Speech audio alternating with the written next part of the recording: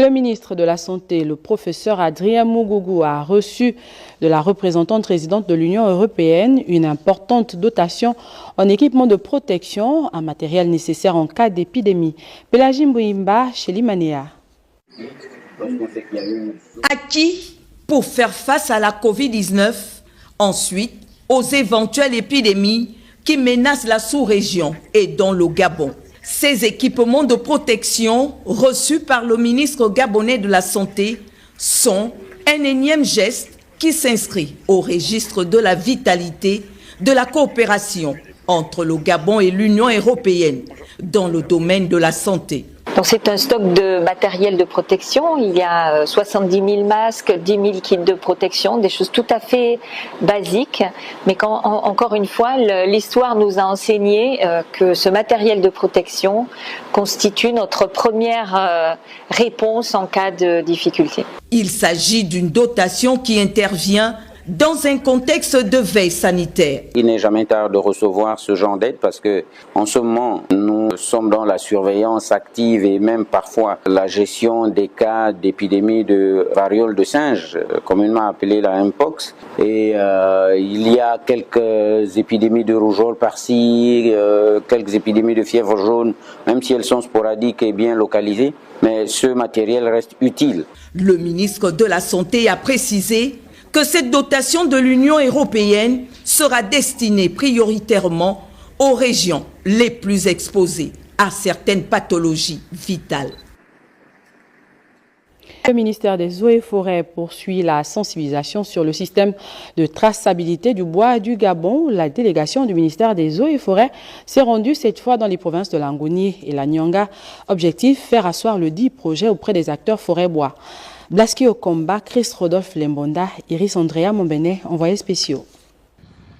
Adopter le système national de traçabilité du bois du Gabon pour la maîtrise et l'exploration forestière, c'est l'objectif de la poursuite de la tournée dans les provinces de la Ngounié et de la Nyanga, après celle du Moyen-Ogoué de la délégation du ministère des Eaux et Forêts, conduite par le coordonnateur général de la cellule de suivi du dit projet, le général d'armée aérienne Eban Edou. Ces trois provinces ont été à l'origine du développement du système.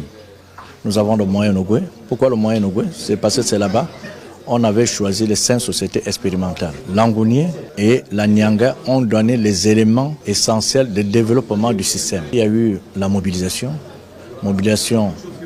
de tous les exploitants, donc tous les acteurs liés à la filière forêt-bois. Désigné comme un organisme de la bonne gouvernance, le SNTBG permettra aux acteurs de la chaîne d'approvisionnement de connaître l'origine et la qualité du bois qu'ils achètent, ce qui réduirait le risque de fraude et d'activité illégale. Le système national de traçabilité du bois du Gabon est un outil qui va permettre de suivre la légalité et la durabilité, n'est-ce pas, du bois, qui permettra in fine de lutter contre l'exploitation forestière illégale. Pour moi, des partenaires du Gabon pour l'industrie du bois, c'est ça, c'est bon système. L'administration veut, à l'ère du numérique, passer à un niveau où la gestion peut se faire techniquement. La sensibilisation s'étendra dans d'autres localités. L'effet final recherché a été atteint, la communication et l'information. À l'issue de la mission du Sud, nous pensons aller vers le Nord.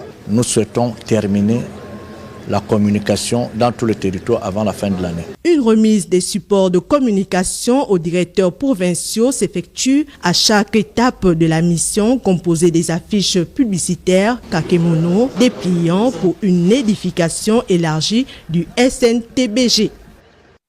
Et les pensionnaires du centre de formation spécialisé au bois d'un coq viennent de voir leur capacité renforcée. Une semaine durant, ils ont bénéficié des formations technico-pédagogiques. C'est ce que nous rapportent Léa, Virginie Atam et Rodolphe Elenvé. Faire de la formation professionnelle continue une réalité et un outil de développement de compétences.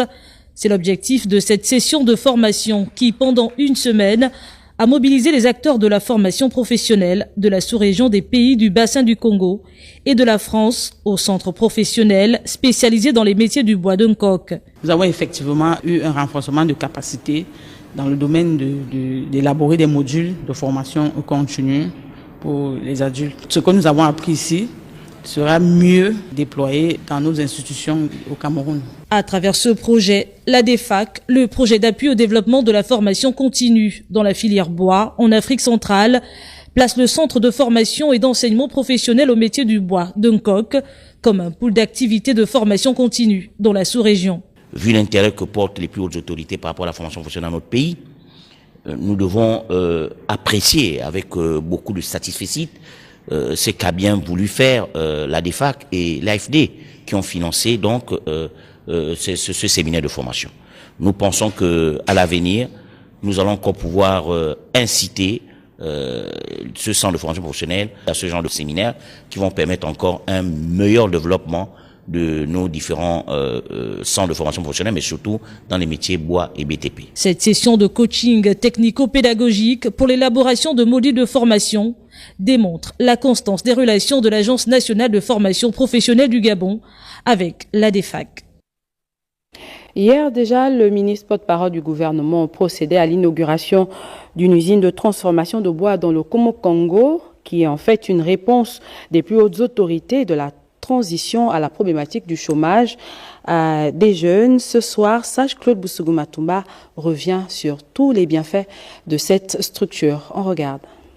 Kougouleu devient un symbole de la relance économique locale. Une nouvelle usine de transformation du bois voit le jour. L'inauguration de celle-ci marque une avancée concrète dans la volonté du gouvernement de répondre aux préoccupations de la population, notamment la jeunesse frappée par le chômage. Un symbole d'espoir pour eux et un engagement fort pour un Gabon durable. La mise en service de cette usine permettrait la création de nombreux emplois auprès des populations riveraines, dans le nouveau contexte dirigé par le CTRI. Ne dit-on pas, mesdames et messieurs, qu'un emploi créé participe à diminuer le taux de chômage national et donne la légitimité à un Gabonais. En plus de son impact sur l'emploi, cette usine s'inscrit dans une démarche de gestion durable des forêts conformément à la politique prônée par le gouvernement gabonais.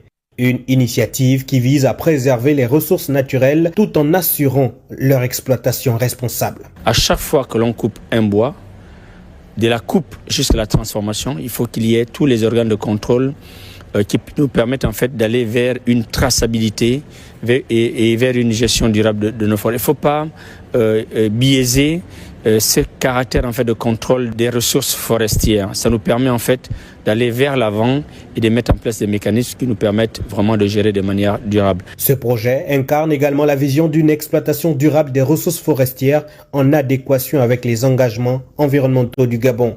L'usine est implantée sur une surface stratégique et historique. Juste devant moi, il y a une rivière. Cette rivière a un nom. Et ce village a une histoire. Avec l'implantation de cette usine, le Komo-Kongo entre dans une nouvelle phase de développement. Une avancée qui concilie progrès économique, création d'emplois et gestion durable des ressources. Alors à présent à l'Assemblée nationale où le balai des membres du gouvernement se poursuit. Hier, le tour revenait au ministre de la Santé, le professeur Adrien Mungugu, qui est allé défendre son enveloppe budgétaire sollicitée pour 2025.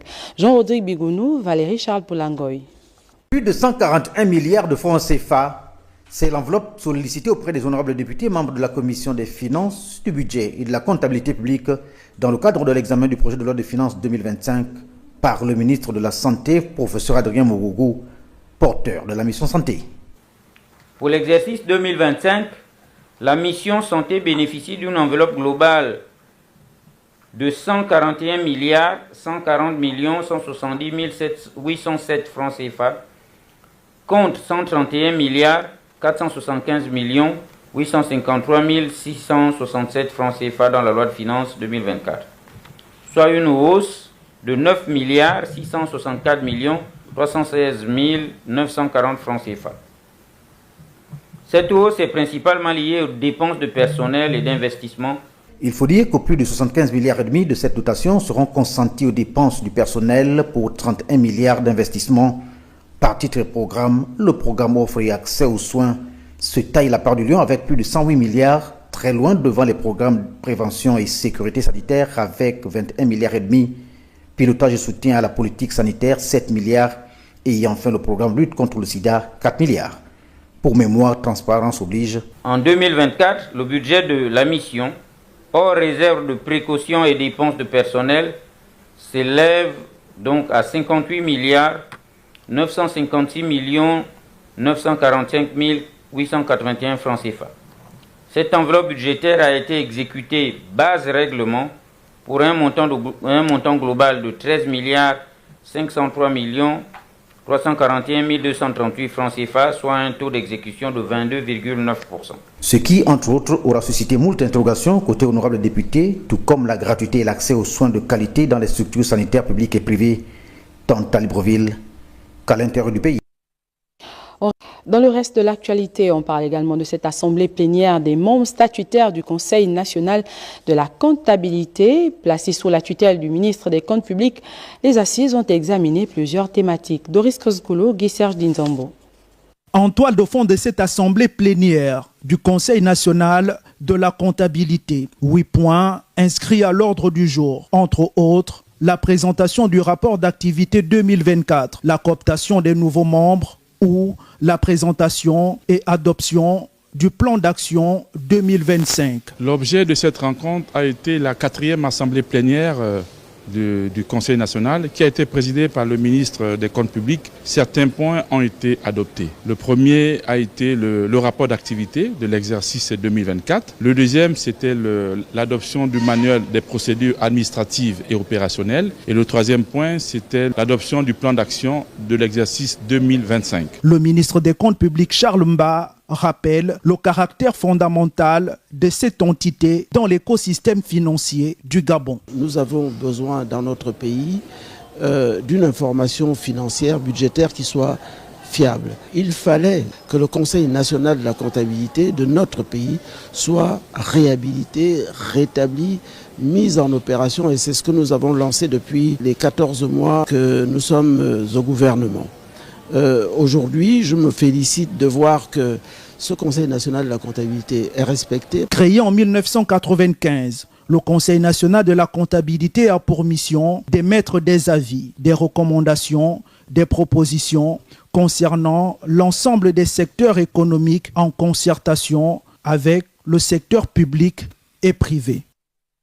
3 émissaires de la Banque mondiale reçus ce matin par le ministre du Commerce, des PME-PMI chargé des activités génératrices de revenus.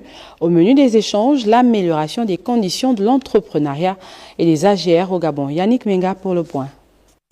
La ministre du Commerce, des PME-PMI chargée des activités génératrices de revenus reçoit en audience la délégation de la Banque mondiale, composée de Loana Botea, Hugo Brousset, tous deux spécialistes seniors en protection sociale, et M. Lansina Traoré, spécialiste senior en passation de marché. Cette audience, accordée à la Banque mondiale, se situe dans le cadre de la mission sur la protection sociale et l'autonomisation socio-économique du Gabon, qui s'étend du 2 au 6 décembre de cette année. Il s'agit donc de stimuler l'autonomisation socio-économique des entrepreneurs gabonais, ainsi que d'édifier les populations défavorisées au développement des AGR. Il faut retenir que parmi les projets évoqués, on compte un projet de décret sur le statut d'entrepreneur cher à la tutelle. Également en gestation, le projet E-Gabon et Passe-Bar. La Banque mondiale, à travers ses représentants, se dit disponible à soutenir le ministère du Commerce dans tous ses efforts en faveur de l'amélioration de l'entrepreneuriat. Entre-temps, conseil d'administration du Bureau gabonais des droits d'auteur démarrait hier. Les travaux présidés par le ministre de la Culture a examiné toutes les questions en rapport avec le statut juridique des artistes gabonais. Marius Maganga, Francis Ngomo. Dans le souci d'une relance méthodique et durable des missions du Bureau gabonais des droits d'auteur, le ministre de la Culture et des Arts a ouvert les travaux de la session extraordinaire du conseil d'administration. Conscient du développement culturel et le respect des droits d'auteur et voisins, il invite les administrateurs à prioriser l'arsenal juridique des acteurs culturels ainsi que le fonctionnement du Bugada. Dès notre arrivée à la tête du ministère de la Culture et des Arts, nous avons ouvert les portes à tous, afin de discuter et agir ensemble pour le progrès de notre secteur. J'attends des nouveaux administrateurs que vous êtes une rigueur dans l'exécution de vos prérogatives et un suivi particulier de l'exécution de vos orientations. Suite à l'ouverture de cette session, le directeur général de la structure a conduit la délégation ministérielle à une visite des nouveaux locaux.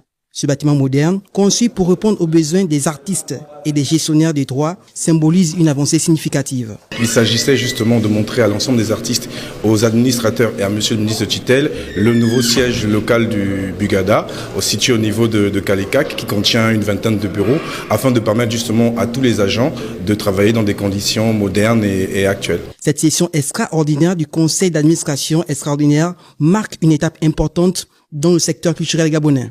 Les discussions sont prévues pour 3 jours et connaîtront leur épilogue le jeudi 5 décembre.